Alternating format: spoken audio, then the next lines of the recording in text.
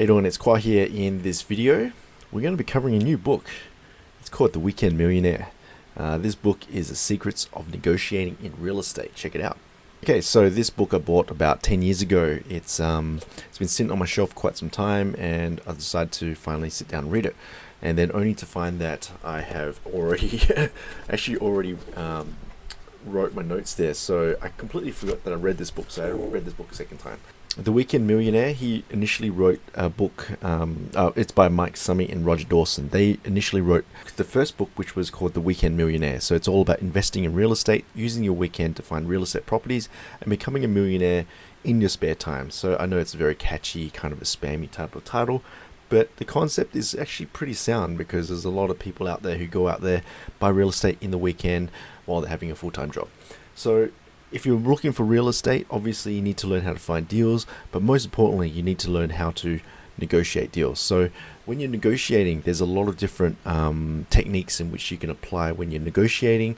One of them, so I'm just going to read through some of my notes that I wrote down here. He calls these gambits. So Mike calls these gambits, right? So these are little tricks that you can apply when you're trying to negotiate property. So number one is flinching out proposals. So one of my favorite gambits, right, is let's say that someone is pitching you a product or service and they're giving you the price. So let's say they're selling you a t-shirt and they're saying it's $30. When you flinch at the price, what happens is that they look at your expression and they think, oh wow, you know, I can't get this person at that price, and then they automatically try and lower it. So the first price is usually the wish price, and if you flinch at the wish price, then they buckle down, and then they lower the price. So for example, if they say it's $30, I might flinch and I say, $30? That's so expensive. Oh my God. Like, you put on this whole scene, and then they realize, okay, this guy obviously can't afford it, and there's okay, fine, I'll make it $20. You know, and then that's it. You've already done it. And I've done this many times in my life. It's not just real estate, but when I'm buying stuff, it's just a lot of fun when you're doing this.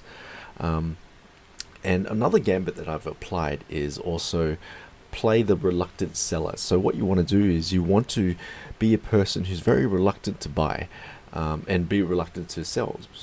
You always want to be reluctant, because I did this. I'm always buying stuff on Facebook Marketplace, and I'm always negotiating. I was able to buy this watch collection box, right? And he was selling for $50, but I was able to get it down to $15 because I was very reluctant. And if you go in there and you're very enthusiastic, you're very motivated to buy, I want this property, I want this t-shirt, I want this product, or whatever it is, then they know that you really want it, you're motivated by it, and they'll use that against you. But if you go in and you think to yourself, and you show the impression that I'm a reluctant buyer, I'm not too motivated to buy this, but you know, what's the best price? And then because they know that you're not really motivated, they're like, you know what, I'll tell you what, I'll give it to you for blah blah blah. You know, it's, I've got a few other people I'm looking at, but you're gonna have to do better than that. And it's like, okay, fine, I'll do it for blah blah. You know, and then that's how you can knock it off. Another one is walk away. There's a lot of things that you can apply. Avoid confrontation. Oh yeah, another gambit is that you can use specific numbers to build credibility. So if you're making an offer on a property, if you're buying something, you don't want to just give a round number. So for example, if a property is worth 500,000 and you want to make an offer for 450, you don't want to make it 450, because it just looks too out of the, you know, it doesn't look like you've put some time into it. It's just a number. But if you said, look, I'll buy it for $427.75, $427,050 or something like that, right? You want to be specific with the numbers, because it shows that you actually sat down and did the calculation, and this is really how much you can borrow.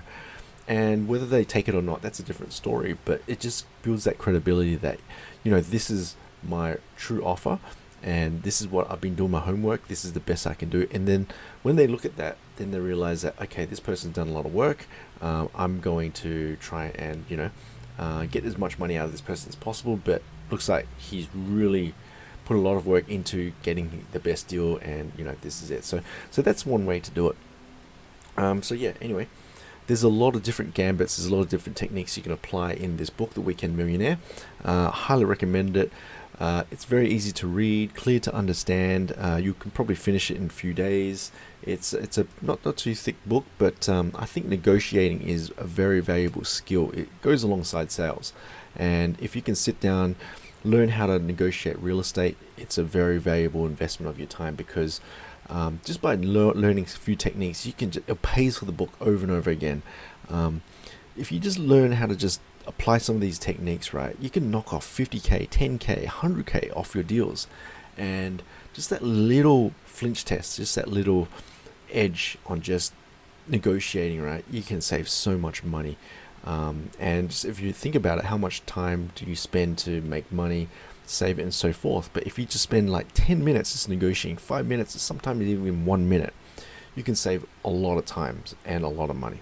So highly recommend checking out Weekend Millionaire, Mike Summey and Roger Dawson. Also check out his other book, The Weekend Millionaire. It's a really good book, and this is also a really good book too. So if you like this video, make sure you hit that subscribe button. See you guys next one. Cheers.